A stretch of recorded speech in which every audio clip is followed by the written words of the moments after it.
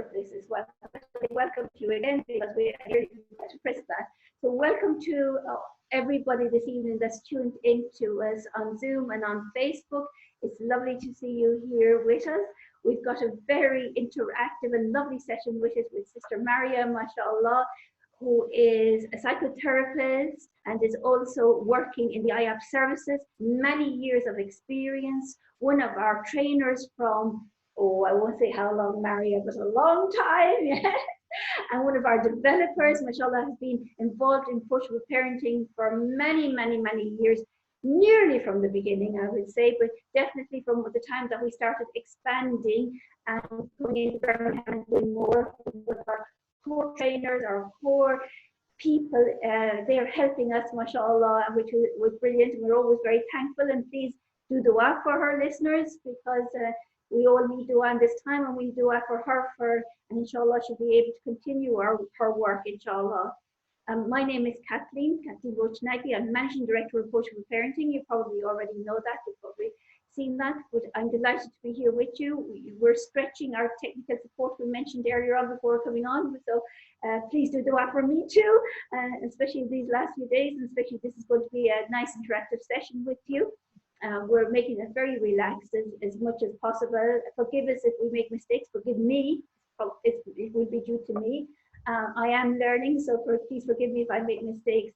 I hope, inshallah, we learn from this and interact with you and do better with you.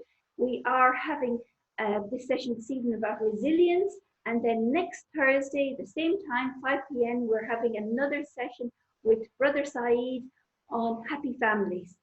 So they're all building on each other. As you can see, last week we had anxiety, now resilience, and happy families. And then after half term, we're coming back for 3 more sessions. But we'd like a little bit of input from you. What is it you want? So you can message us on the group you have here in Lockdown. We have 100 or something on that group. You can message us there what you'd like. You can join that group if you're not on it already, by going on Instagram or going on Facebook and seeing the link and clicking on the link and coming straight into the group. And we'd like you to share more of your issues and conversations on that group, inshallah. We already posted today the tips from last week's session, so they're there for you to see. And the tips, inshallah, will be going up on our website, our Push-up Parenting website, along with this video. And last week's tips and video will be going up also, inshallah, there. So you'll be able to see it there, as well as, I think you'll be able to see it on YouTube as well. So there's lots of things you'll be able to see it on.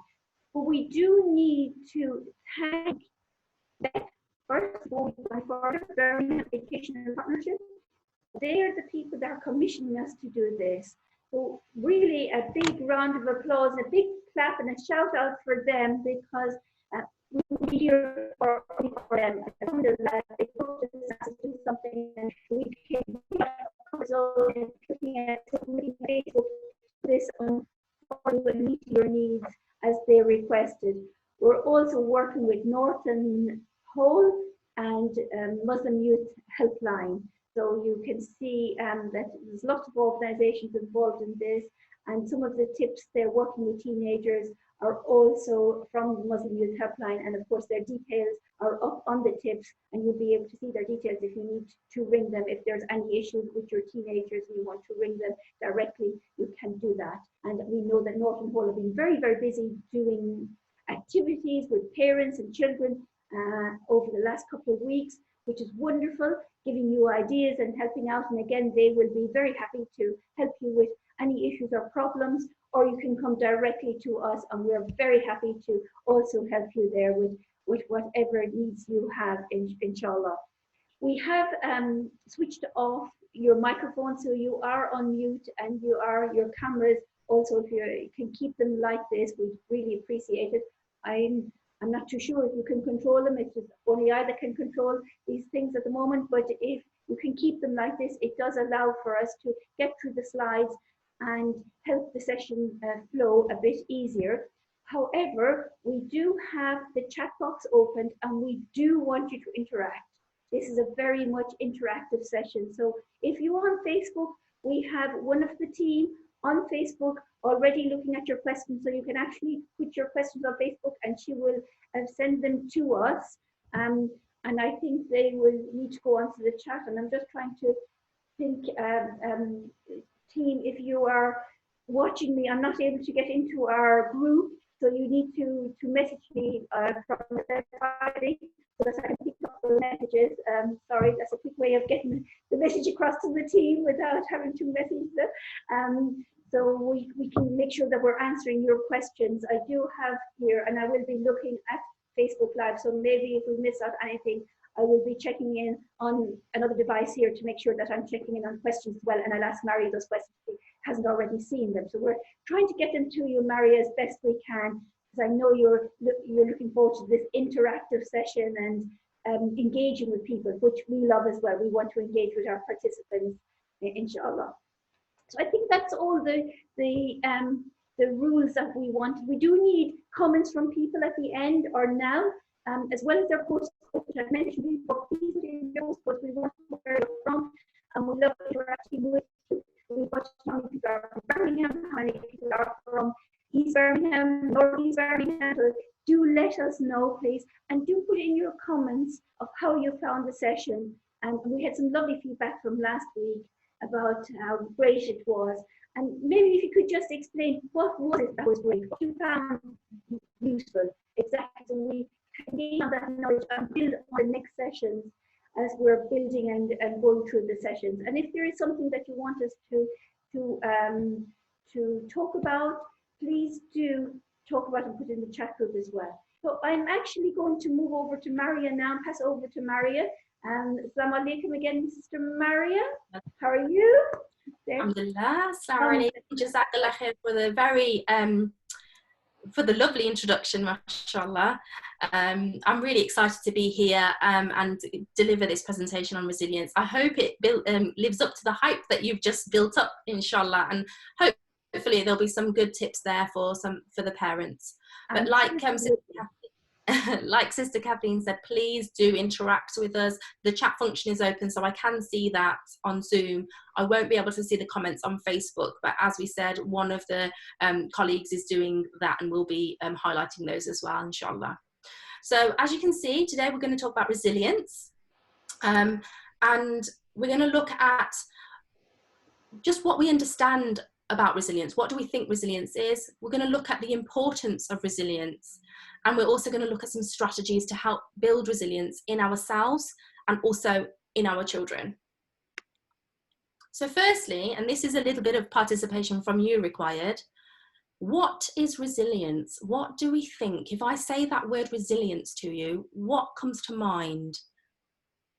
I don't want you to think about dictionary definitions. I don't want you to worry about whether it's the right or the wrong answer. Just reflect on that word and maybe pick out some keywords that are important for you when you think about that word resilience. Great, so somebody said bouncing back.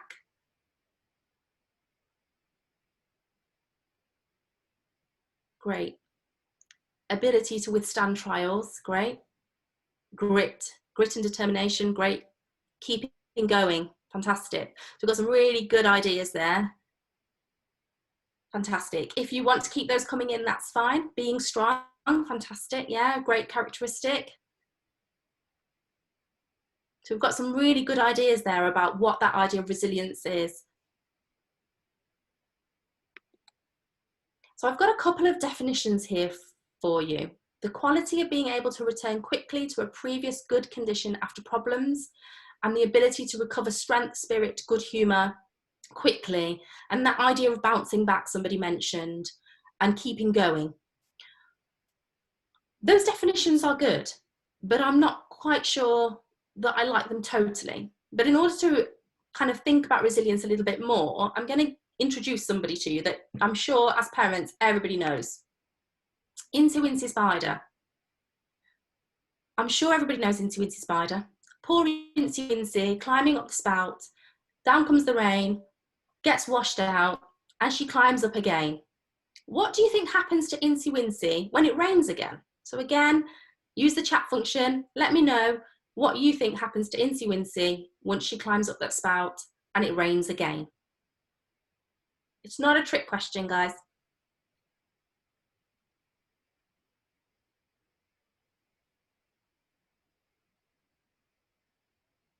I'm just waiting to see if anybody responds. Maybe gets washed, exactly, yeah, gets washed out again. So poor Incy Wincy, yeah, everyone's got the same idea. Like I said, not a trick question. Incy Wincy, every time she's there, she just keeps trying, absolutely. Just as that sister said, she keeps trying, she keeps going. So that's a real good example of resilience. But I do wonder, perhaps if Incy Wincy had made some adaptations, she might actually get to the top without being washed out every single time. And I like to think of resilience as that. It's the process of adapting well in the face of adversity, trauma, tragedy, threats, or significant sources of stress. And it's the ability to adapt to circumstances so that we can reduce that level of stress in the face of change, and also to learn from those difficulties. So when we think about the situation that we're in at the moment with COVID-19, with lockdown, we are all experiencing a form of stress.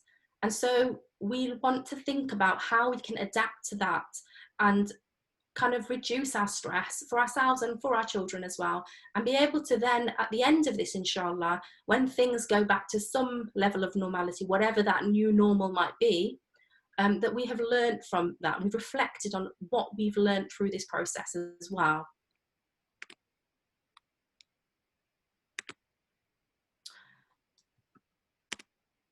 Why is resilience important? Well, we know Allah has says that we will surely test you with something of fear and hunger and a loss of wealth and lives and fruits, but give good tidings to the patient who, when disaster strikes them, say, indeed, we belong to Allah, and indeed to Him we will return. So we know we're going to get tested. Allah tells us we're going to get tested. And I'm sure we've all been through different trials and tribulations. The key that I want to pick out here is that idea of the word patient. We've translated it here, it's been translated as patient, as kind of the closest thing to the Arabic, but actually the Arabic word comes from the root sabara. We've all heard of sabr, and I want to look at that in a little bit more detail. Sabr encompasses lots of different qualities, lots of different aspects. It's about accepting the situation, it's about endurance, it's about working through and persevering. It is also about being patient, but also remaining firm and steadfast and having taqwa. So there's lots of aspects. This is not an exhaustive list. There's lots of elements of sabr that we need to look at. Things like restraint, things like being able to detain ourselves, being able to withhold the adversity. They're all aspects of sabr. When we look at these qualities, when we look at these things, we can actually see lots of similarities between sabr and between the idea of resilience. So they actually share quite similar qualities. I want to look at the idea of resilience and the situation that we're in at the moment. A person that might be experiencing or might have a lower level of resilience might look at this situation, perhaps let's look at it in relation to homeschooling, and they might have thoughts such as, there's so much to do, I can't cope with this situation, when is this going to end? They might be experiencing feeling very stressed, being very irritable, and therefore that kind of manifests in their behaviour. They might snap at their family members, they might overreact to situations. There's a lot of stuff going on there for them. When you look at this in terms of yourselves, and it may not be to this extreme, can you identify with some of this? Are there other things that you can notice? So I want you again to use the chat function and the comments in the Facebook section, and just notice what the other sorts of feelings that somebody in this situation might be experiencing. They don't have to relate to yourself, but just maybe other people. Yeah, that's a really good one, actually. Fear. That's a really, really key one. Fear, anxiety, worry. Any other things? Absolutely, yeah. Some really good things coming out there, feeling very frustrated, feeling very out of control, like we've got no control about what's going on. And you can get that sense from this person that's feeling like there's so much to do, I can't cope, how am I, there's so much uncertainty, feeling like giving up. Absolutely. So you can see that these things that we're feeling because of what's going on really are important to identify. And I've put it in this model, looking at thoughts and the behavior and the feelings, to help us to look at it and separate it into what we would look at in a cognitive behavioral therapy model. It doesn't necessarily matter what that model, what that means, but just to identify and maybe reflect on this yourself if you can. Have a think about, what are you thinking? What are the types of worries and thoughts that you're having? How is this making you feel? And how does that affect your behavior? So maybe you could think about, again, what you are seeing perhaps in yourself, in your partner, in other people. How is that feeling out of control, that uncertainty, that fear, that idea of giving up? How is that manifesting in behaviors? What are you seeing? And again, if you can use the chat function and the comments on Facebook to try and identify some of that, that would be great. Yeah, definitely feeling overwhelmed. That's a real key thing. Going quiet, yeah, absolutely. Withdrawing from the situation. Lack of routine, really, really key. Not interacting with people in our family, even using social media, maybe more or less, feeling very irritable and snapping. Absolutely. So something small happens and we might really overreact to a situation because of how we're feeling, because we're feeling more tense and more stressed, because we're feeling like nothing is going right and there's no routine here. So what I want to do now is look at this same model, but perhaps look at it from a situation where somebody might have greater resilience. So they are in the same situation, there's lockdown, they've got to homeschool, but they might be thinking there's a lot to balance. I've got to work, I've got to look after the kids, you know, keep family, keep the home, but it's also a great opportunity. So now I want us to think about this person. How might they be feeling? I've put motivated on there, but compare that to the previous person with a lower resilience. Excited, I like that, yeah. Feeling like geared up to take on the challenge. Anything else? How might they be feeling about this opportunity? There might still be some stress there. We have to realise that, you know, if they're thinking about there's a little bit of a balance, but yes, they might be relaxed and calmer, feeling a little bit nervous about taking on this role. Optimistic, yeah, looking a little bit more positive about the outlook perhaps. So if we think about those things that they might be feeling and those thoughts that they've been having, actually how that manifests then in their behaviour is that they might be able to set a schedule and establish a routine because, as somebody's identified, they're more focused and they're feeling a little bit more confident about their abilities to cope in that situation. Yeah, really energised about it. Yeah, absolutely. So you can get that sense from this. So what I now want to think about is, apologies, I'm trying to get myself back onto this slideshow. I'm going to start to think about kind of some things about why resilience is actually important. It's important because it helps us in terms of our iman as well. Keeping resilient helps us to kind of, in the face of adversity, always turn to Allah, but also in the happy times turn to Allah, and not be one of those people that is only there when there's difficult times or when we are in despair.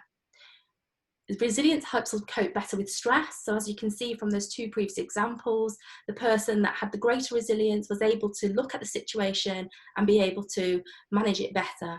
It is important for emotional intelligence and therefore communication, and mental health and physical health. Actually, there's research to show that people that have greater resilience have a longer life expectancy. People that have greater resilience are often those that are positive contributors to society. They're often those that are more involved in society and actually more involved in their family life as well. And you can see at the bottom of the list there, I've put better family life, and maybe that should be at the top because we're on a parenting session today. It also is linked to improved learning. So we're better able to learn and therefore have better academic achievements if we have higher resilience.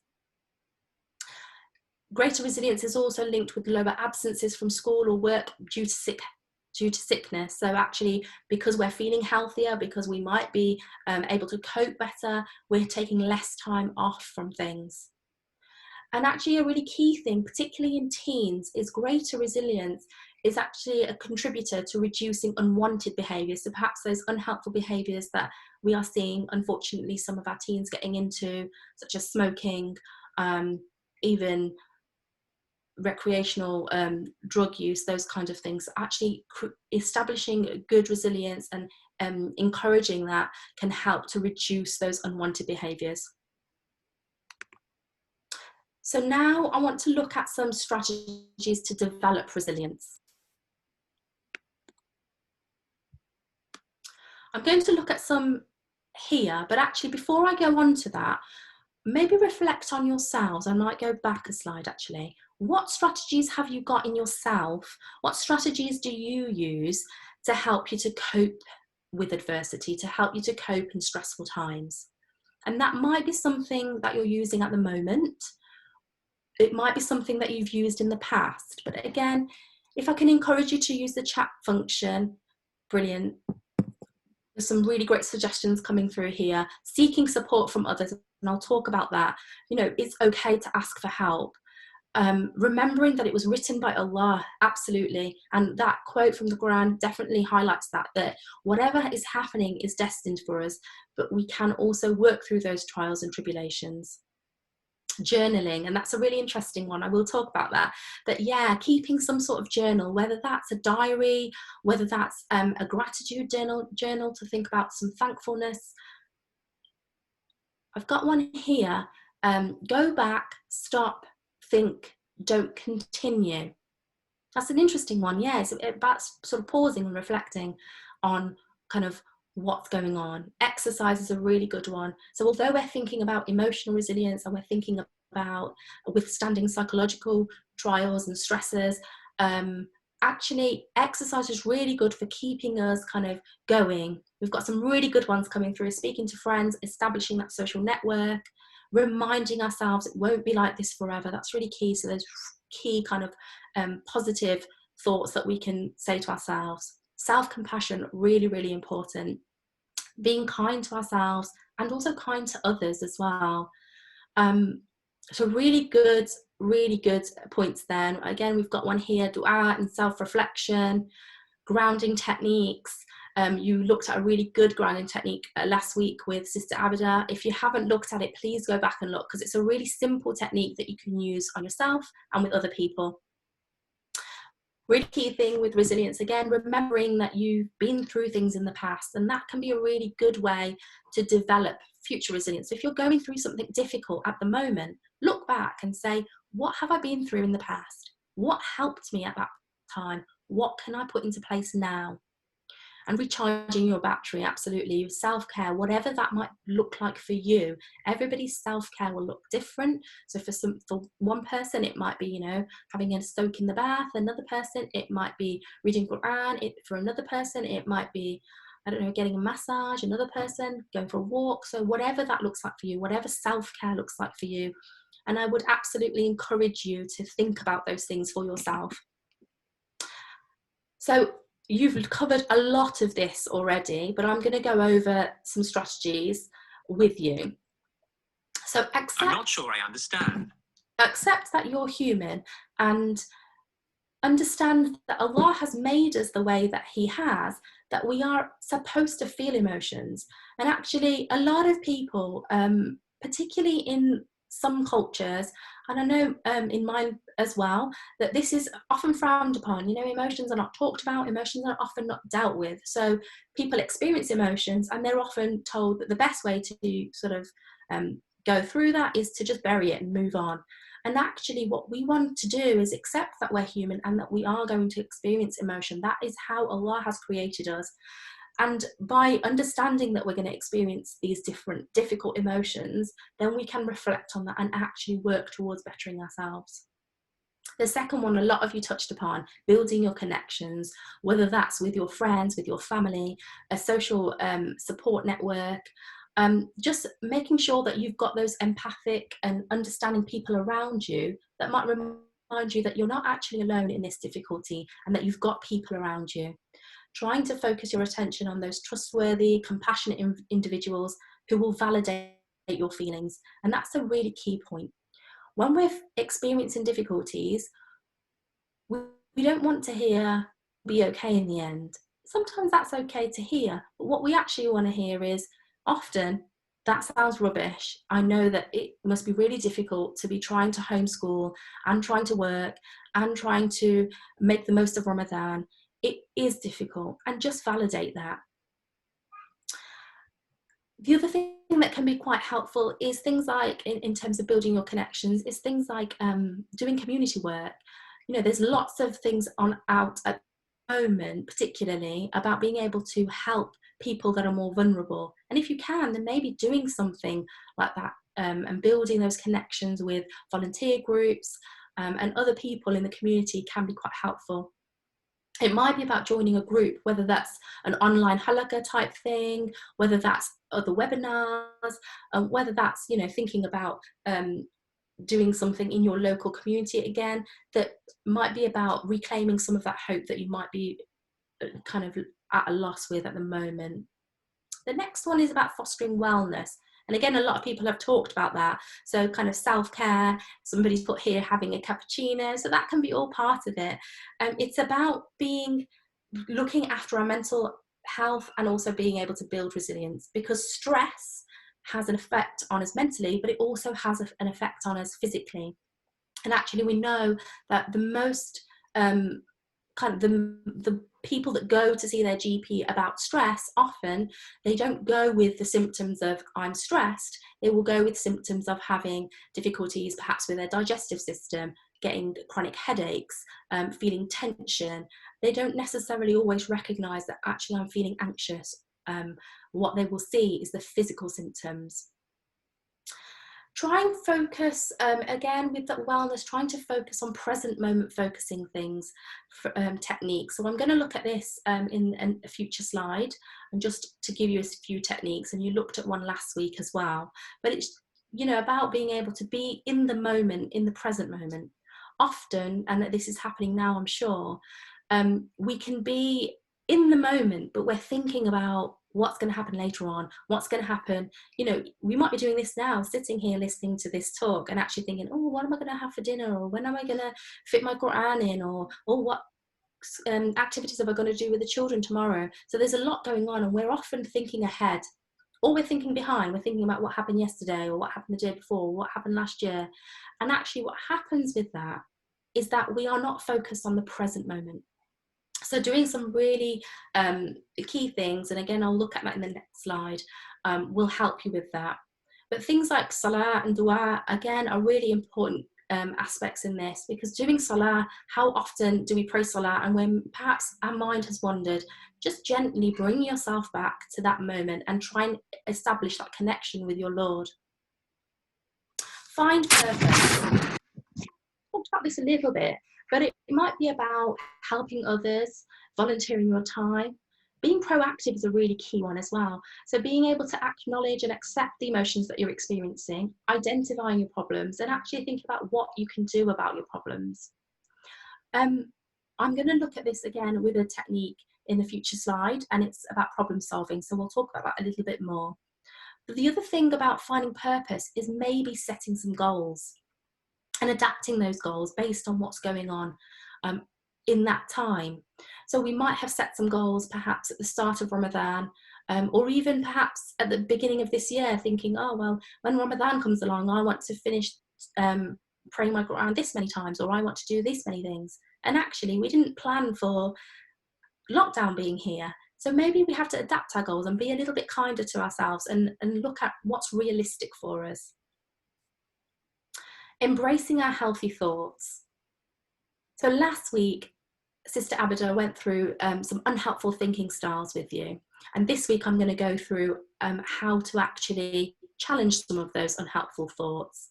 But what is really important is keeping things in perspective. When we are faced with these things, it's really important to look at, okay, yeah, it might be really difficult right now, but what can I do?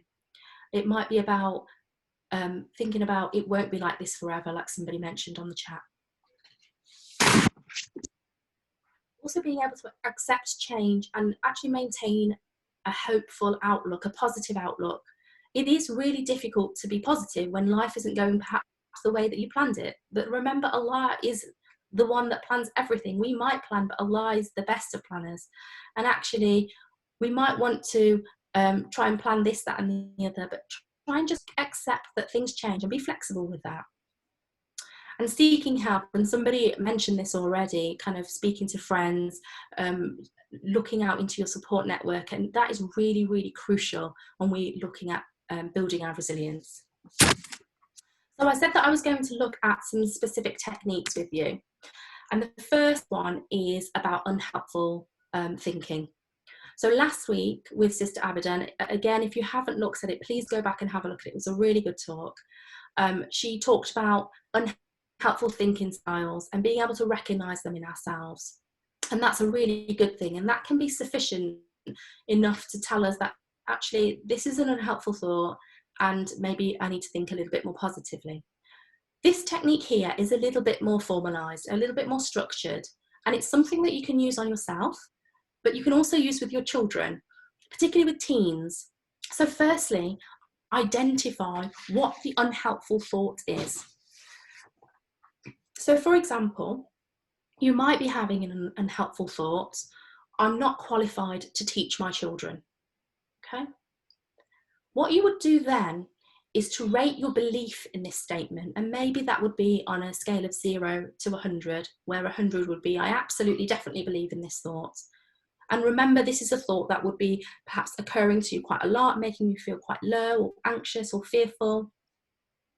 So identifying that thought and rating your belief in it, and then rate your emotion and the intensity of that emotion. So perhaps that's making you feel quite scared, perhaps it's making you feel quite stressed, it might be making you feel quite low, but rate those emotions. And then what you're going to do is you are going to look at that thought as if it's on court. So basically, it sounds really cheesy, but what you do is you take the thought to court. Somebody's just asked me a question here, so I'm just going to reply to that, which is about how you rate the belief and the emotion. So you can rate the belief and the emotion on a scale from 0 to 10 or from 0 to 100, whatever works for you. So you might think of it as a percentage. So in this example, if I'm thinking I'm not qualified to teach my children and I'm feeling quite stressed about it, and I'm not a teacher, so I might be scoring that as quite high. I might score that at maybe 80%. So you do rate by giving it numbers. Then what you would do is that you would look at that statement, I'm not qualified to teach my children, and I would look at all of the evidence that tells me that that statement is true. All of the factual evidence. Well, I can give you one, I'm not a teacher. So that's factual. So what you would do is you would sit down and you would write a list of all of those things that would tell you that actually I'm not a teacher, or whatever it is that relates to the thought that you're having. And then once you've done that, you would then take the line of the prosecutor. So remember, we are taking this thought to court. We've done the defense, we've looked at what tells us this is true, and now we're going to look at what tells us this statement and this belief and this thought that we're having is not true all of the time. And we're trying to think about all of the evidence and maybe considering the opinions of other people, but we're trying to look at both sides of the argument here. Once you've done that, the idea is that you look at the defense and the prosecution and you come up with an alternative thought that is based on the evidence, based on the list that you have drawn on the defense and the prosecution. And ideally, come up with a more realistic, rational and balanced view. So if I take that idea of I'm not qualified to be a teacher, then once I've done the defense, which was that I'm not a teacher, and there might be some more in there, but the prosecution might be something like, but I taught my child how to dress, I've taught my child how to eat, I've taught my child how to be caring, to be kind. There's lots of things that I might have taught my child, even though I may not be a teacher. So my closing statement, my alternative thought might be, I may not be a teacher, but I have taught my child lots of things. And what we do then is we rate our belief in the alternative statement and rate our emotion and the intensity of that emotion of the alternative statement. The idea with this technique is not that we go from having this unhelpful thought and feeling quite low or anxious. What we're actually doing is trying to develop a healthier thought. It's not about being very positive thinking or thinking, wow, I'm great, I can teach everyone.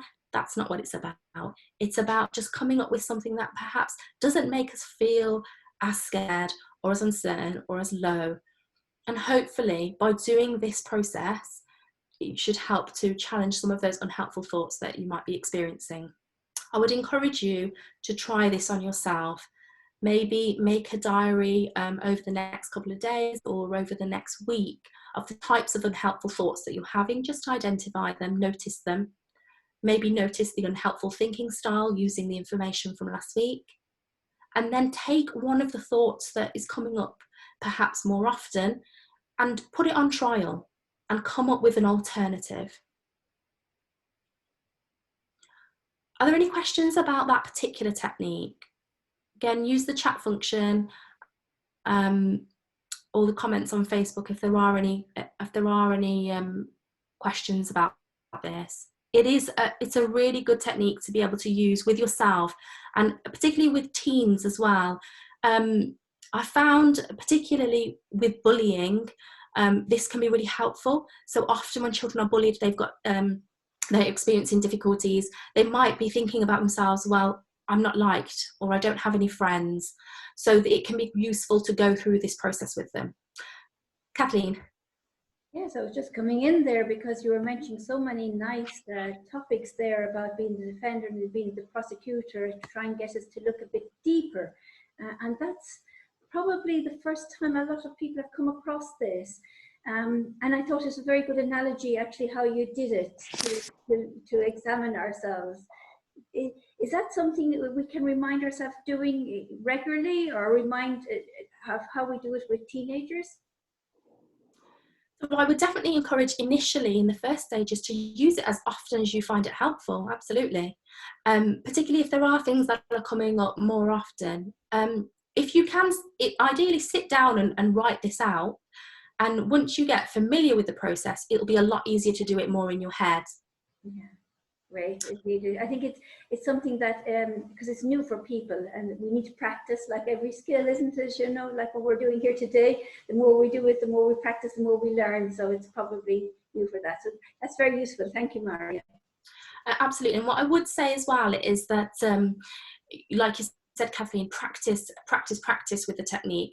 And if there is a thought that you're experiencing quite often, or perhaps a feeling that you're experiencing quite often, try and practice this statement perhaps when the intensity isn't as bad, or practice it a number of times so that when you are needing the technique more, you can use it more effectively. It's a lot easier to try and practice it when you're not feeling quite as bad, so that when you are in that situation, it's a little bit easier to do. Somebody's asked, is there benefit in rating the original thought again at the end? Maybe have a think about why that would be beneficial, and maybe why not. So maybe if you can reflect on that and maybe answer back on the chat, that would be great. And I'll come back to that, inshallah. So that was one technique. The next technique that I wanted to look at is problem solving. Now, I know you all know how to problem solve. And I'm not teaching you how to solve your problems. You do this every day, day in, day out, I'm sure. But what I want to do is to teach you how to effectively problem solve. So there's 7 steps involved in this approach, and I'm going to talk you through each one. But the first one is to be able to identify what the problem is. So what is it that we might be struggling with? So I'm going to take the example of homeschooling again. I might be struggling with the idea that I can't homeschool my child. Maybe I don't have enough time, or maybe I don't have enough skills. So what I would do then is identify that particular problem, and then list all of the possible options. So the second step is listing all the options. No matter how silly they might seem, write them all down. So it could be, I could train to be a teacher. It could be, I could pay somebody. It could be that I could read up on the information. It could be, I ignore it and I don't bother homeschooling. Whatever the solutions are that you come up with, write them all down. Then what you do in the third step is that you take each solution that you've written down and you write down the pros and cons of each one. So what that would be is writing down each one, just looking at, okay, what would be the advantages of this particular solution, and what would be the disadvantages of it. Do that for every single solution that you've written down. The fourth step would be to actually pick one. So what you would do is look at the solutions that you have, look at the pros and cons that you've written down, and then think about which one of these solutions that I've written, based on the pros and cons, which one seems the best option. There may not be a perfect option, but what we are looking for is what seems the best based on kind of what work we've put in with the pros and cons. Then what we do is we plan it. We pick the solution and we plan. What are we going to do? How are we going to do it? When are we going to do it? What might we need? What resources?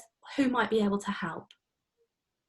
Once we've planned it, we then put it into place. So whatever that solution is, we implement it. And then the key is to review. So then we look at that solution and we say, what went well? What didn't go so well? What have I learned from it? And it might be that you get to step 7 and you say, okay, it didn't work. And actually, I still have this problem. So then you go back to stage 4, which is choose one. Again, look at those options, see if there's something that could try with that knowledge that you've got now that perhaps that other one didn't work. Why didn't it work? Choose another one and work through that process again. This problem-solving approach, again, is very formalized. So I would encourage you to sit down and work through the options and write them out. And you would need to do that for the pros and cons aspect for it anyway. But you can also encourage your children to do this as well. So perhaps they've come with a difficulty about something, and you might want to encourage them, okay, well, what are the things that you can do? What would be the advantages of this or the disadvantages of this? Get them to pick one and actually work through it. That can actually empower them to effectively problem solve. And it actually will fit quite well with something I'll talk about a little bit later. And before I go on, I just want to look at the chat. Somebody asked if there was any benefit in rating the original thoughts at the end in terms of the thought challenging. And somebody else has suggested considering discarding the original thought and replacing it with the alternative one. And actually that's what the process is about. So being able to have a more balanced and healthy thought. We know that our thoughts that we experience are not facts. They are things that just pop into our head, but then often they seem like facts, but they're not factually accurate. And so the process will help you to come up with a more balanced alternative thought. So thinking about our children and how do we actually build resilience in them? Role model resilience. So think about when you are faced with adversity, when you are faced with trials and tribulations, how do you act?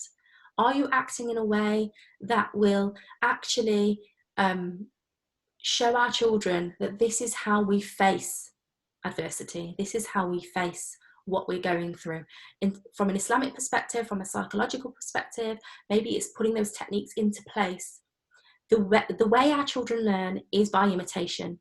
So these little people in our lives, no matter how little they are, even though they've got to teens, what they need to be seeing is how do other people in my environment act, and that's how I will act. So it's really important that we are aware and try to encourage them to be involved as well. So if you are feeling disappointed perhaps about something or upset about something, when it feels appropriate, involve them. So maybe you didn't get a job, for example.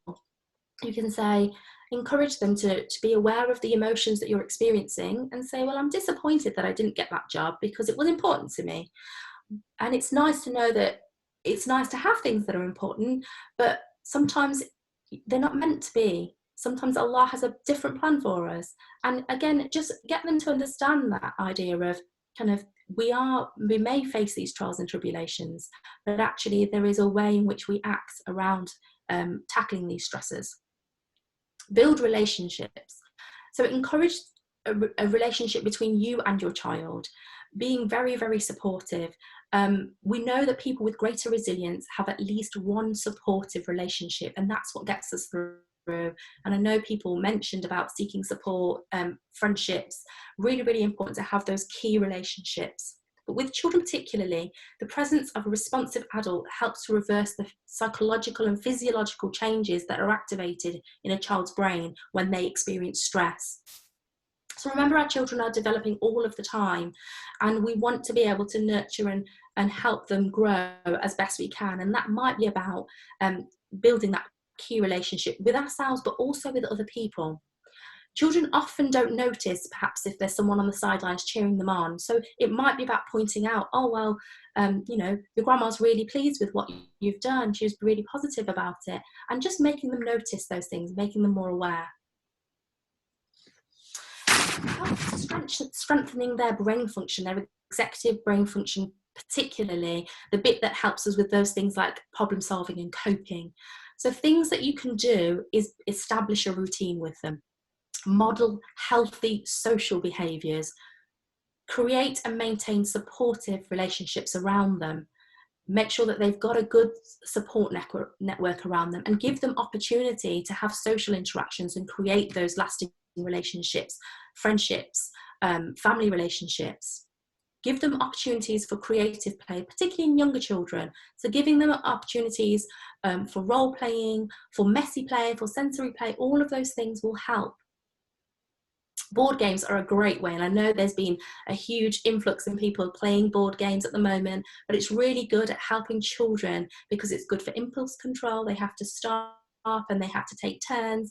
They have to plan things and work things out. There's a little bit of memory work involved, and they've got to be able to shift from alternative thoughts, better situations. You know, they might be stuck in a situation and they might need to look at you know, ways that they could actually, you know, get out of the situation they're in on the board game. Someone said here really well, teach children games you used to play as a child. Absolutely. It doesn't have to be the PlayStation, the Xbox. It doesn't have to be those sorts of things. Often we're so quick to give our children the iPad or put something on YouTube for them. But there's so many things that we can do with them, like hopscotch. I used to love hopscotch when I was a kid. And actually, I've seen lots of people recently playing hopscotch, doing things, actually chalking up on the pavement for other people to play. So, you know, that's the sort of thing that they could do, because not only is it helping them, but it's actually something they're doing for the community as well, other people can use. Give them opportunities to think and act independently. So, for example, if they want to do something different to perhaps what you might agree with, instead of disagreeing with them and telling them it's wrong, explore it with them, talk to them about it, provide them with opportunities to make their own decisions, obviously related to their age. Exercise is a key one, and I think this is something that everybody will know about already, but you know, it's really important to give them opportunities to exercise. It doesn't have to be, you know, going for a run. It could be just kicking a ball in the garden, doing a hula hoop thing, running up and down the stairs, maybe racing with your child. So, you know, take 10 minutes out of your day to do something active with your children.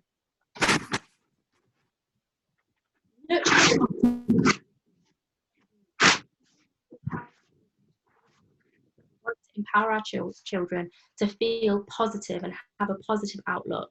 And it's one of the key characteristics of resilient people. Somebody's just put here, exploring options is an excellent idea to think outside the box as well. So yeah, really good idea. So when we think about resilience and increasing our resilience, building our resilience, particularly with our children, optimism is one of those key things. It doesn't mean that we invalidate their feelings. So if they're experiencing a difficult emotion, or they're feeling unhappy or feeling sad, we acknowledge that they are feeling sad, we acknowledge their emotions and we validate them, but then we might introduce them to a different one. So for example, it might be that It's disappointing that it's raining outside and we can't perhaps do what we wanted.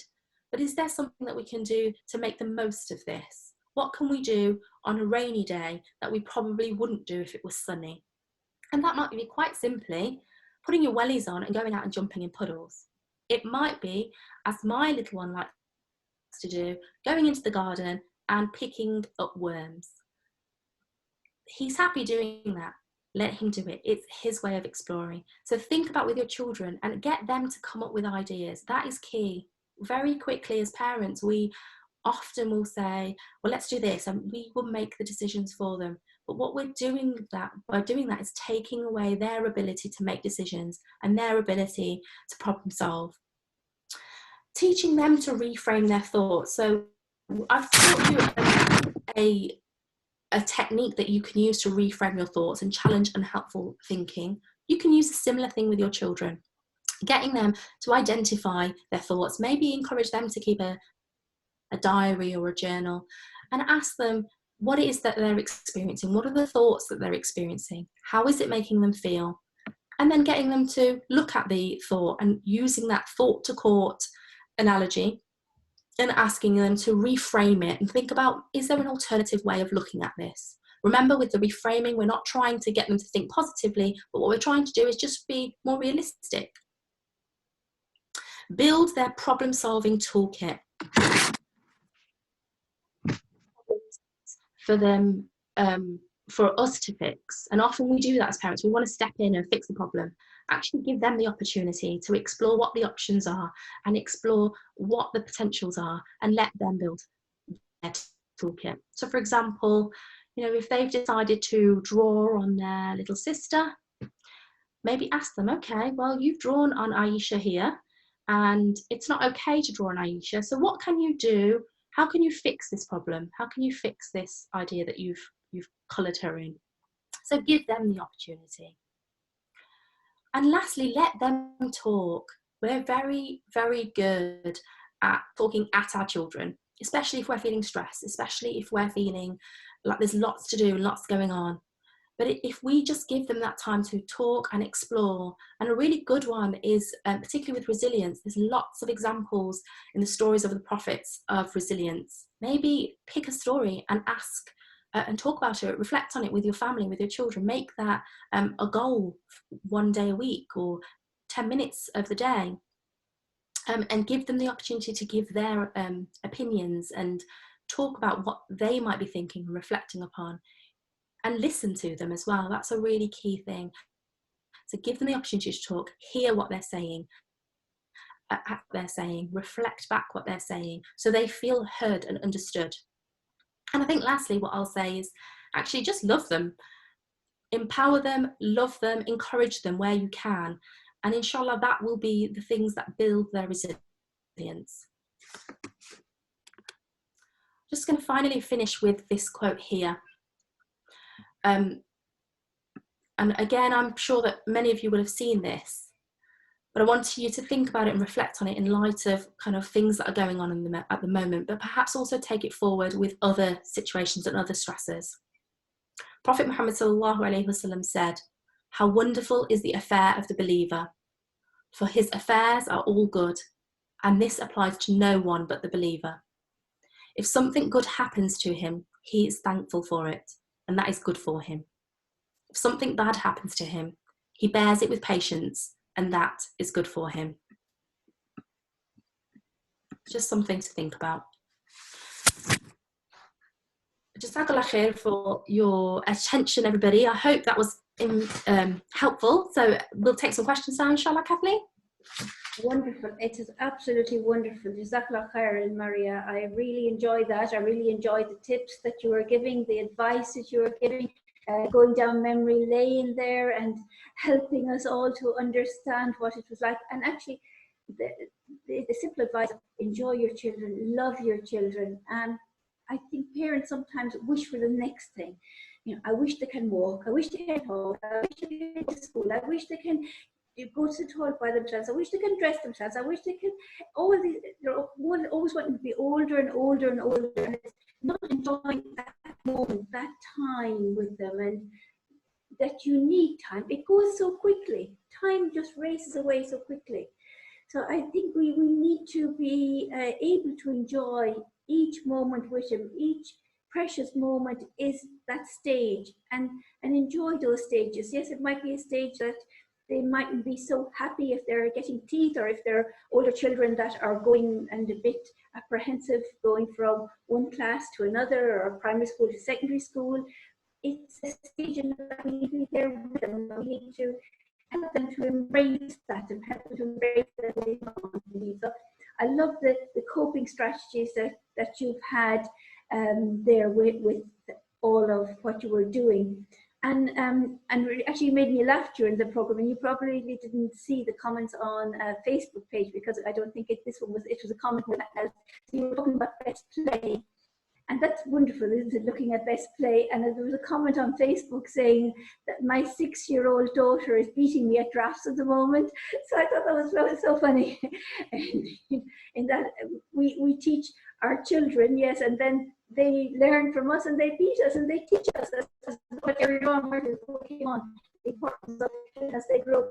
They teach us the things that we need to learn as well as we go. I haven't caught up on the questions, indeed. I'm not too sure. Is there more questions that have come in after that? Have you seen any more questions, Maria, that might be coming, might be answered? I'm just going to have a look through the chat function, inshallah. Yeah. So I think I answered the one about rating the belief.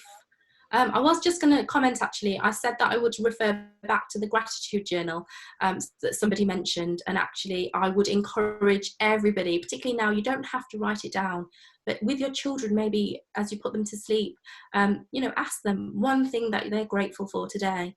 That can be a really good way to kind of put back, getting them to think about positive things. We have a question about dealing with sibling rivalry. I think that's a difficult one, because it depends on the age of the children as well. So I wonder if we can get a little bit more context about it. But more generally, I would suggest encouraging the relationship. So trying to give them time to do things that they both jointly enjoy.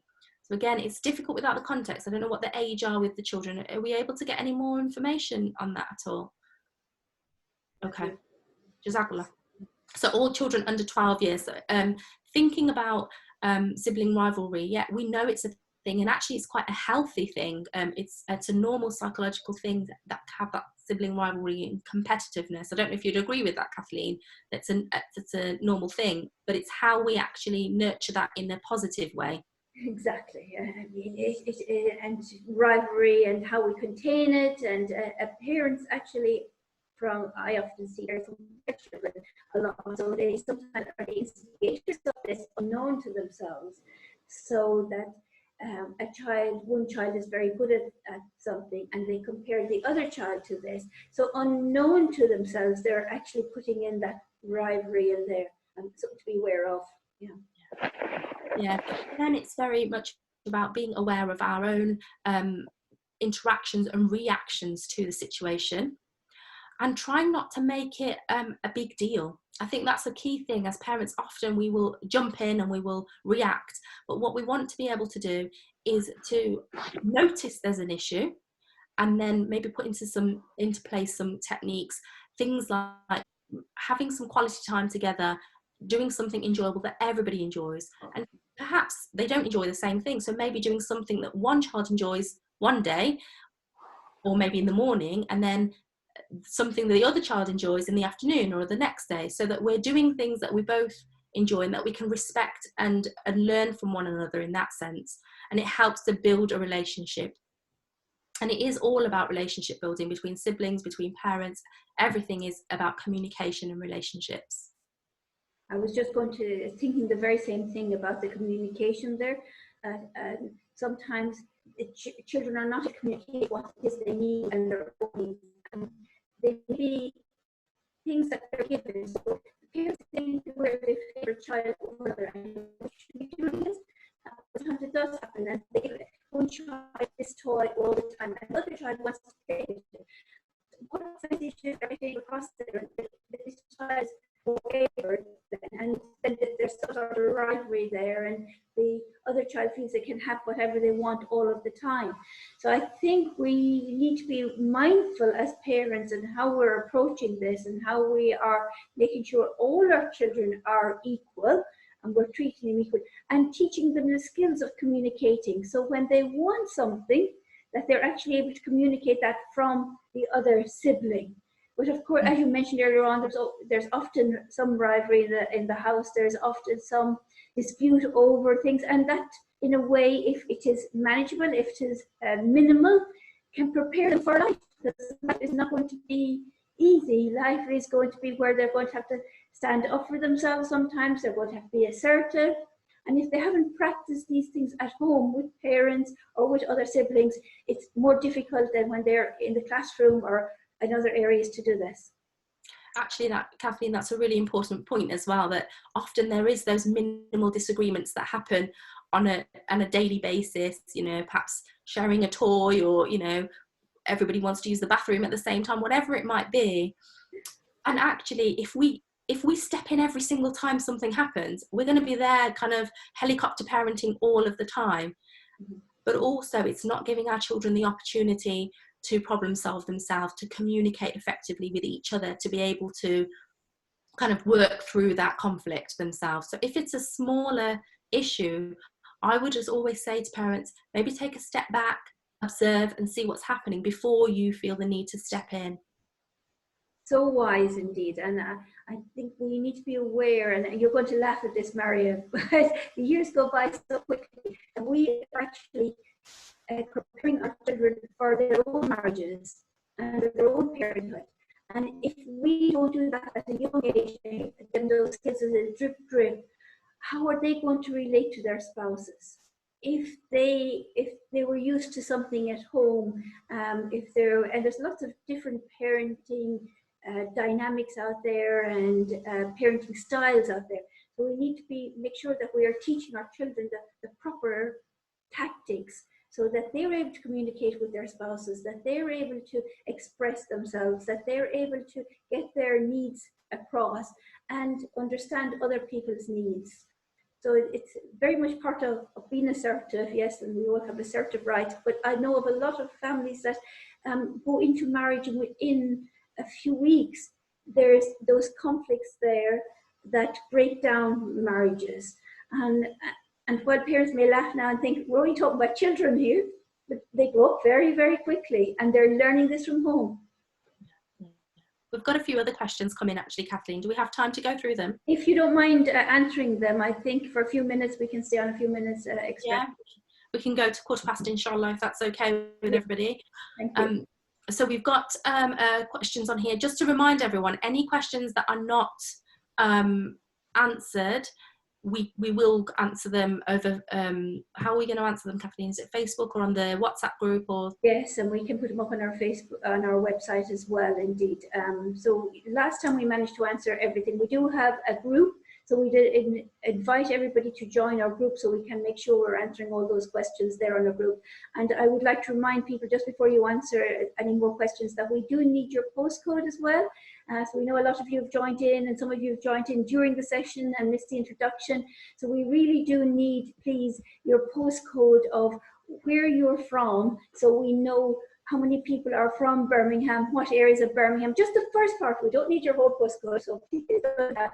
Just need the first part. So for example, B12, B8, B6, B60, B66, whatever it is, so we know where you're from. And also we'd like your feedback and comments about this session.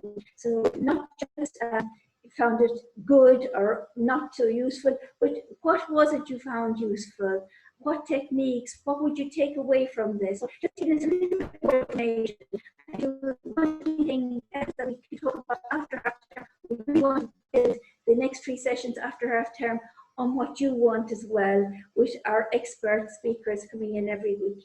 So I'm sorry, Mary, for taking away from that, but people have just come in and joined, and they may have missed that in the beginning when we introduced the session. Yeah, absolutely. Jazakallah khair. Kathleen, just to make you aware, I think some people are struggling with your voice, so it keeps cutting out every so often. So just to make you aware of that, in case we're missing something, if I look at you blank, that's what's happening. I'm going to answer this question here. Somebody's talking about their relationship with their 16-year-old, so teen relationships that might have broken down and they're struggling to know where to rebuild it. I'm not going to go into that in a lot of detail because I know that Brother Saeed next week is actually going to do a whole session on happy families, I think, and building relationships and how to kind of recover some of those things where things might be quite difficult. So hopefully, inshallah, if you can tune in next week, please do, because it's a really good session that he's gonna have. What I would say is, inshallah, don't lose hope. It's really important that you can reflect, and you've said here that, you know, we can recognize where we might have made mistakes and we've got into a very unhelpful cycle.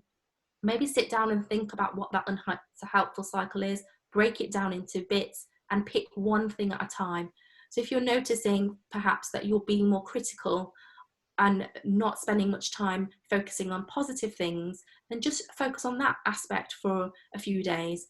Maybe take the opportunities to say kind of thankful things to your teenager. So, oh wow, thanks for putting the dishes away. Or, you know, even if it's something simple like, mashallah, you've got a beautiful smile. I miss it when you smile at me. We don't smile at each other often enough, or something like that. So really small things. So just pick one thing. Try not to see it as a huge thing to overcome. Break it down into smaller points and pick one thing and work on that. And eventually, inshallah, that will help to kind of break down the barrier that perhaps teenagers do. They build up.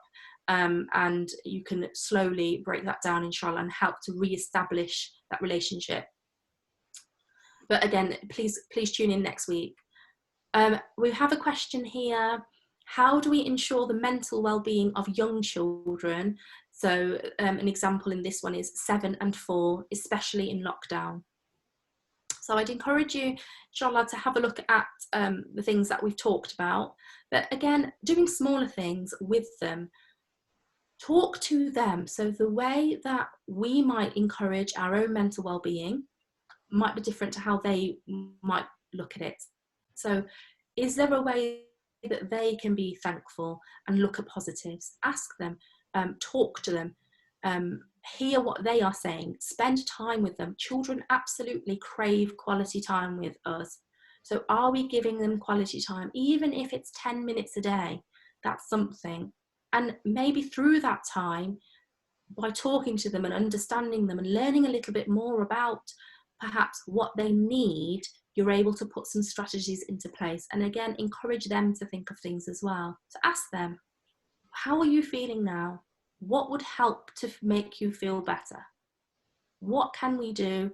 What can you do? What can I support you with on a daily basis to help you to feel good, to help you to feel happy, to help you to feel content? So asking them those questions and actually almost coaching them to kind of talk through what they're experiencing and how to kind of fix the way that they're feeling. That's really wonderful advice, Maria. And I love the simple things. I shouldn't call it simple, but the simple things like smiling, for example. We don't do it enough. We don't do it enough in our families, and it's very powerful, very, very powerful. Giving that smile is just so wonderful. When you see that smile and you can, it makes you change your whole persona, and it's lovely smiling at each other and picking up on things that people have done. And if we can't say something there and then and say well done or whatever, even if we smile at them, it's giving that acknowledgement. I've seen it. I've seen what you've done. I've seen how you've been kinder to your sibling. I've seen how you've got that thing for them, or that book, or you opened that game for them that they were struggling with. I've seen how you do that. Thank you so much. So it's really important to have that smiling there, that body language there, that giving the high fives, being grateful to each other, indeed. Yeah, absolutely. And to add to that as well, Kathleen, that smile and hug. How often do you, particularly teenagers, when they get a bit older, you know, how often do you hug them, or how often do you show any physical affection towards them? Because again, we're human beings, we crave that physical connection with people, and it's important that we as parents give that to our children, because if we don't, they're going to look for it elsewhere, and we don't want that.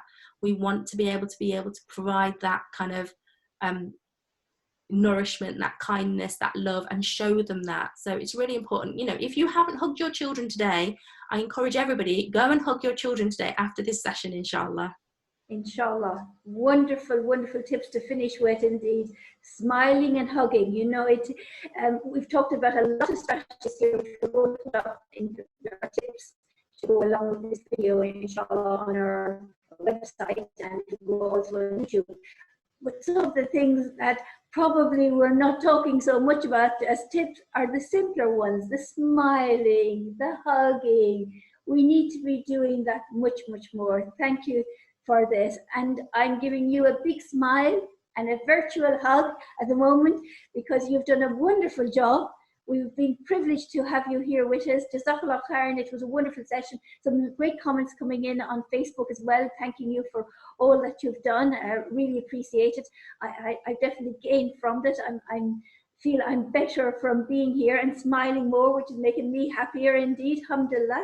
Alhamdulillah. And especially in these last 10 days of Ramadan, where we may be struggling a little bit with the fasting, getting a bit more tired, but it's the time to be asking Allah for more. We know we're in the last 10 nights, inshallah, and we need to be there thinking of positive, smiling, want to come closer to Allah, want to gain as much as we can, want to gain more patience, and asking Allah to help us in that and help us to be a better parent, help us to smile more, help us to give more hugs if we're not already giving enough hugs.